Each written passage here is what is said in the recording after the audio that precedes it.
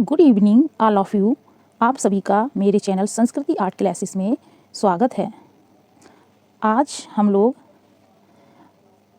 प्रारंभिक ईसाई कला, बाइजेंटाइन कला, रोमनस्क कला और गोथिक कला से संबंधित इम्पोर्टेंट यानी महत्वपूर्ण प्रश्नों का हल करेंगे। ठीक है, महत्वपूर्ण प्रश्न लगाएंगे। देखिए, इसका जो फर्स्ट क्वेश्चन पे आते हैं। फर्स्ट क्वेश्चन है कि प्रारंभिक ईसाई कला के चित्र सर्वप्रथम कहाँ बनाए गए थे। प्रारंभिक ईसाई कला के जो चित्र हैं वो इटली में बनाए गए थे। ठीक है, अब आप इससे पहले जो क्लास ली थी इसी से रिलेटेड वेस्टर्न आर्ट की, ये मेडिवल आर्ट मध्यकालीन कला में ही आते हैं ये चारों कलाएं। ठीक है, तो उसको आप देख लीजिएगा तो पूरी तरह क्लियर हो जाएगा। ठीक है, और इसका जो सेकंड क्वेश्चन है कि प्राचीन ईसाई प्रार्थना भजन संग्रह किस नाम से पुकारे जाते थे। वो साल्टर किस नाम से पुकारे जाते थे, साल्टर के नाम से। ठीक है, चलिए अब थर्ड क्वेश्चन क्या कह रहा है कि इटालियन फ्रेस्को पेंटिंग की तकनीकी किसके समान है। वो जयपुरी फ्रेस्को के समान है। कौन सा? Italian fresco painting. ठीक है, अब प्रारंभिक ईसाई कला के चित्र सर्वप्रथम कहाँ बनाए गए थे। वो समाधि गुफाओं में। ठीक है, समाधि गुफाओं में जो चित्र बने थे इसी को कैटाकॉम्ब भी कहते हैं। अच्छा, देखिए नेक्स्ट क्वेश्चन है कि कैटाकॉम्ब का संबंध किस कला से है। वो किस कला से है? ईसाई कला से। ठीक है, और फ्रांस में 11वीं सदी की पुनरुत्थान कला को क्या कहते हैं। जो फ्रांस में जो 11वीं सदी की जो पुनरुत्थान कला थी उसको हम रोमनस्क कला कहते हैं। अब रोमनस्क भित्ति चित्रण की पद्धति को हम क्या बोलते हैं, बताइए क्या कहा गया। ठीक है, क्या कहा गया है रोमनस्क भित्ति चित्रण की पद्धति को, वो बताइए क्या? फ्रेस्को, टेम्पेरा, रैपिड फ्रेस्को या वॉश।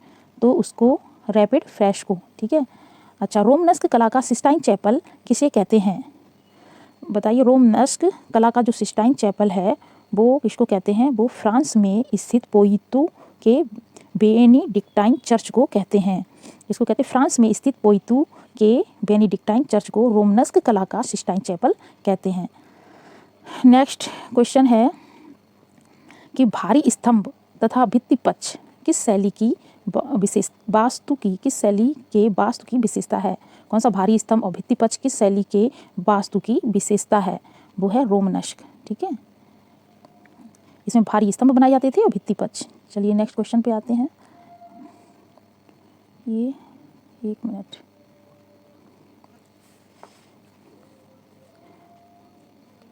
चलिए देखते हैं कि रोमनस्क कला का कौन सा रूप विशेष महत्वपूर्ण है। वो है रोमनस्क कला का जो कौन सा रूप है वो विशेष महत्वपूर्ण है। वो कौन सा है? द्वार तोरण। ठीक है, बाइजेंटाइन कला की कौन सी विधा सबसे अधिक प्रसिद्ध है। बाइजेंटाइन कला की वो कौन सी विधा जो सबसे ज़्यादा प्रसिद्ध हुई है, वो है मणिकुट्टम। बाइजेंटाइन कला का जो समय है वो क्या है? क्या दूसरी से 10वीं शताब्दी, तीसरी से 14वीं शताब्दी या चौथी से 15वीं शताब्दी या 5वीं से 16वीं शताब्दी। वो कौन सी है? चौथी से 15वीं शताब्दी को हम बाइजेंटाइन कला का जो टाइम पीरियड है। ठीक है, इस शासक ने मतलब इनमें से किस शासक ने बाइजेंटाइन चित्रकला और मूर्ति कला को बनाना रोक दिया था। वो कौन से थे? लियो तृतीय। अच्छा, कला में आकृतियों के चित्रण का निषेध किया था। बताइए, कला में आकृतियों के चित्रण का निषेध इनमें से किस कला में किया गया है। वो बाइजेंटाइन कला में। बाइजेंटाइन कला का जो प्रथम स्वर्णिम युग किस सम्राट का है। वो जस्टिनियन सम्राट के समय जो बाइजेंटाइन कला का जो प्रथम स्वर्णिम युग था। ठीक है, अच्छा, चलिए अब नेक्स्ट क्या है क्वेश्चंस कि ईसाई प्रार्थना गृहों की वेदी पर कौन सी आकृति जो है अधिकांश स्थापित की जाती है। वो प्रार्थना की जो वेदी पर कौन सी ईसा की सूली को स्थापित किया जाता है। ठीक है, अब नेक्स्ट क्वेश्चन पे आते हैं। देखिए, बाइजेंटाइन मूर्ति शिल्प पर किस शैली का विशेष प्रभाव पड़ा था। वो हेलेनिस्टिक। ठीक है, हेलेनिस्टिक शैली का विशेष प्रभाव पड़ा था।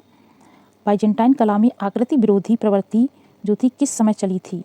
वो 726 से 843 ईस्वी में। ठीक है, और बाइजेंटाइन कला में मणिकुट्टम कार्य की चरम उन्नति किस चर्च में हुई थी। बाइजेंटाइन कला में मणिकुट्टम कार्य की चरम उन्नति किस जो है चर्च में हुई थी। वो सान वाइटेल, ठीक है, सान वाइटेल चर्च में। ईसा मसीह का जीवन चरित्र किस पुस्तक के आधार पर चित्रित किया गया है? जो वो है न्यू टेस्टामेंट, ठीक है। देखिए बाइजेंटाइन कला की विशेषता क्या है? वो क्या है? मोज़ैक भित्ति चित्रण। सेंट बशील का गिरजा जो है वो कहाँ पे है? वो मास्को में है, ठीक है। सेंट बशील का गिरजा कहाँ है? मास्को में। बाइजेंटाइन कला में जो पीला रंग है वो किस चीज़ का प्रतीक है? किसका प्रतीक है पीला रंग बाइजेंटाइन कला में? वो स्वर्ग का, ठीक है, स्वर्ग का प्रतीक है। अब नेक्स्ट क्वेश्चन पे आते हैं। प्रथम चरण की बाइजेंटाइन कला कहाँ पाई जाती है? प्रथम चरण की जो बाइजेंटाइन कला थी वो कॉन्स्टेंटिनोपल में। कहाँ पे? कॉन्स्टेंटिनोपल में। बाइजेंटाइन कला की श्रेष्ठ दूसरी बड़ी इमारत जो मानी गई है वो क्या है? हेगिया सोफिया गिरजा, ठीक है, हेगिया सोफिया गिरजा। मणिकुट्टिम किस शैली की देन है? ये बाइजेंटाइन कला की देन है। मणिकुट्टम पद्धति में किस वस्तु का प्रयोग किया जाता है? वो संगमरमर का, ठीक है। कांच के देखिए रंगीन टुकड़ों की चित्रकारी, कांच के जो रंगीन टुकड़े होते हैं उनकी चित्रकारी किस कला में प्राप्त होती है? वो बाइजेंटाइन कला में। देखिए बाइजेंटाइन कलाकारों द्वारा निम्न में से किस प्रकार की विषय वस्तु चित्र हेतु चुनी गई है? बताइए वो किस प्रकार की विषय वस्तु? वो थी धार्मिक, ठीक, धार्मिक विषय वस्तु को किसके लिए चुना गया? चित्र के लिए बाइजेंटाइन कलाकारों ने चुना था, यानी बाइजेंटाइन कला में, ठीक है। बाइजेंटाइन कला में छतों और दीवारों को किस विधि से अलंकृत किया गया है? वो मणिकुट्टम विधि से। ओके, चलिए नेक्स्ट क्वेश्चन पे आते हैं। 31 देखिए कि गोल्डन ग्लास यानी कि स्वर्ण शीशे की से जो चित्रकारी है वो सर्वप्रथम कहाँ हुई है? बताइए। हेलेनिस्टिक यानी ग्रीस आर्ट में, या catacomb of Rome, monastery of Saint Anthony, या इनमें से कोई नहीं? वो कहाँ हुई है? वो हेलेनिस्टिक यानी कि ग्रीस आर्ट में। ओके, चलिए गोल्डन ग्लास का मतलब स्वर्ण शीशे से चित्रकारी हुई है। अब देखिए गोथिक कला जो शैली होती है मुख्यतः क्या होती है? स्थापत्य कला। गोथिक शैली किस कला रूप से मुख्यतः संबंधित है? गोथिक जो शैली है मुख्यतः जो है वास्तुकला से। गोथिक शैली में विकास हुआ है, किस चीज़ का विकास हुआ है? रंगीन कांच की खिड़कियों का विकास हुआ है, ठीक है। अब स्टेन ग्लास विद्या या विधा किस युग में विकसित हुई थी? स्टेन गिलास वो गोथिक कला में, ठीक है, गोथिक युग में। क्या चीज़? स्टेन गिलास विधा। अब देखिए नेक्स्ट क्वेश्चन है कि शांत संगीत यानी कि फ्रोजन म्यूजिक, ठीक है, ये उक्ति किसके लिए प्रयुक्त होती है? शांत संगीत या फ्रोजन म्यूजिक ये प्रयुक्त होती है गोथिक कला के लिए यानी स्टेन ग्लास चित्रकला के लिए, ठीक है। चलिए नेक्स्ट क्वेश्चन पे आते हैं कि नुकीले मेहराब वाले भवनों का निर्माण किस युग में हुआ था? वो गोथिक कला में नुकीले भवन बने थे, नुकीले मेहराब वाले। ओके, चलिए अब गोथिक शैली के स्थापत्य का जो जन्म हुआ इनमें से किस गिरजा से हुआ है? ठीक है, बताइए। तो वो क्या चार्ट्रेस कैथेड्रल से, सेंट डेनिस गिरजा से, या रीम्स गिरजा से, या बेनेडिक्टाइन चर्च से? गिरजा को चर्च या कैथेड्रल भी बोलते हैं, ठीक है, कुछ भी। तो गोथिक शैली के जो स्थापत्य का जो जन्म हुआ है वो किससे हुआ है? सेंट डेनिस गिरजा से, ठीक है। अच्छा, अब नेक्स्ट क्वेश्चन है कि अंतर्राष्ट्रीय गोथिक शैली का स्थापत्य जो है वो पाया जाता है। तो गोथिक शैली का स्थापत्य कहाँ कहाँ पे इसकी स्थापना हुई, यानी कि कहाँ पे जो स्थापत्य जो मिलेगा, कहाँ कहाँ पे जो वो इंग्लैंड में, जर्मनी में, इटली में, या उपरोक्त सभी जगह पर। तो ये गोथिक शैली का जो है वो सभी जगह पे, ठीक है। गोथिक कला के किस चित्रकार ने इंद्रधनुषी रंगों में चित्रित किया है? वो कौन सा चित्रकार था? वो था एंजर्स, ठीक है। गोथिक युग की जो मूर्ति कला का उच्चतम शास्त्रीय रूप कहाँ पाया जाता है? जो गोथिक युग की जो मूर्ति कला का जो उच्चतम शास्त्रीय रूप ये कहाँ पाया जाता है? क्या हेगिया सोफिया गिरजा में, या रीम्स गिरजा, सेंट डेनिस गिरजा, या सेंट पीटर्स गिरजा में? वो रीम्स गिरजा में क्या मिलेगा? गोथिक युग की मूर्ति कला का उच्चतम शास्त्रीय रूप, ठीक है, रीम्स गिरजा में। लेकिन सेंट डेनिस गिरजा से क्या हुआ था? गोथिक शैली के स्थापत्य का जन्म हुआ था, ठीक है। अच्छा, नेक्स्ट क्वेश्चन है कि गोथिक स्थापत्य शैली का जो प्रमुख निदर्शन है, स्थापत्य शैली का जो प्रमुख निदर्शन जो है, क्या चार्ट्रेस कैथेड्रल है, रीम्स गिरजा, लास्को, या नोत्रे दम गिरजा? नोत्रे दम गिरजा, ठीक है। तो वो कौन सा है? चार्ट्रेस कैथेड्रल, ये इसका प्रमुख निदर्शन है।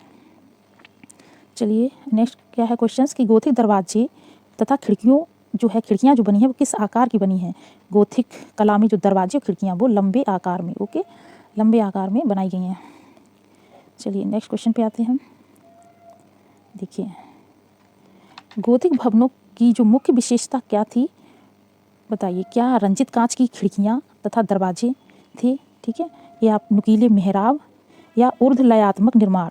ऊर्ध्वलयात्मक निर्माण मतलब वर्टिकली फॉर्मेशन हुआ था, ठीक है, भवनों का, ये भी बात सही है। नुकीले मेहराब थे और रंजित कांच की खिड़कियाँ दरवाजे, तो यानी कि उपरोक्त सभी बातें गोथिक भवनों के लिए सही है। निम्न में से कौन सा गोथिक चित्रकार नहीं है। सिमाबुए ये गोथिक चित्रकार है, साइमन मार्टिनी भी है और आंद्रिया आर्केना भी है, लेकिन डोनातेल्लो नहीं है, ठीक है। कौन सा गोथिक चित्रकार वास्तुशिल्पी भी था। ये कौन सा इनमें से है गोथिक चित्रकार जो क्या थे, वास्तुशिल्पी, ठीक है। क्या जियोत्तो, सिमाबुए, मसाचियो या घिरलैंडियो। तो इसमें से देखिए सिमाबुए और जियोत्तो ये तो गोथिक चित्रकार ही हैं, ठीक है। तो इनमें से कौन सा था, वो जियोत्तो थे, ठीक है, ये वास्तुशिल्पी थे। अब रंगीन अल ब्लास्टर शिल्प, जो कौन सा रंगीन अल ब्लास्टर शिल्प जो है वो किस देश की गोथिक कला की विशेषता है। वो जो है ब्रिटेन की, ठीक है, यानी कि इंग्लिश गोथिक कला की विशेषता है रंगीन अल ब्लास्टर। सियना के जो चित्रकला के पिता किसको कहते हैं। सियना की चित्रकला के जो पिता है वो किसको बोला जाता है, देखिए वो दुच्चियो को सियना की चित्रकला के पिता कहा जाता है। फ्लाइंग बट्रेस का प्रयोग जो हुआ है वो किस कला में हुआ है। क्या गोथिक कला में, रोमनस्क कला में, बाइजेंटाइन कला में या बरोक कला में। वो हुआ है गोथिक कला में फ्लाइंग बट्रेस का प्रयोग। फ्लाइंग बट्रेस क्या होता है ये सब मैंने जब इसकी थ्योरी पढ़ी थी, ठीक है, तो जो इससे पहले वाला इसका जो वीडियो है वो देख लेना, आपको एकदम से क्लियर हो जाएगा, ठीक है। अब नेक्स्ट क्वेश्चंस क्या है, देखिए कि गोथिक युग का चित्रकार जिसके चित्रों ने पुनर्जागरण काल की चित्रकला को जन्म दिया था वो कौन थे, जियोत्तो थे, ठीक है। अब गोथिक शैली का जो जन्म हुआ वो किससे हुआ है, रोमनस्क वास्तुकला से। किस कला का जन्म गोथिक शैली से हुआ है, वो पुनर्जागरण कला का, ठीक है। अब देखिए बाइजेंटाइन कला किसके आश्रम में विकसित हुई थी। बाइजेंटाइन कला की बात हो रही, वो धार्मिक स्थलों के आश्रम यानी धार्मिक स्थलों में, ठीक है। अब नेक्स्ट है कि प्रसिद्ध कैथेड्रल ऑफ नोट्रे-डम ये कहाँ पे है। जो प्रसिद्ध कैथेड्रल ऑफ नोट्रे-डम जो है वो पेरिस में है, ठीक है। तो ये लास्ट क्वेश्चंस था। अगर आपको वीडियो पसंद आया हो तो आप इसको लाइक कर दीजिएगा, ठीक है, सब्सक्राइब कर दीजिएगा और शेयर कर दीजिएगा, और कमेंट में ज़रूर लिख के बताइए कि ये वीडियो आपको कैसी लगती है मेरी, और कोई परेशानी समस्या हो तो आप उसको भी लिख के बता सकते हैं, ठीक है। अब नेक्स्ट क्लास में मिलेंगे नए टॉपिक के साथ, ठीक है। तब तक के लिए बाय, जय हिंद।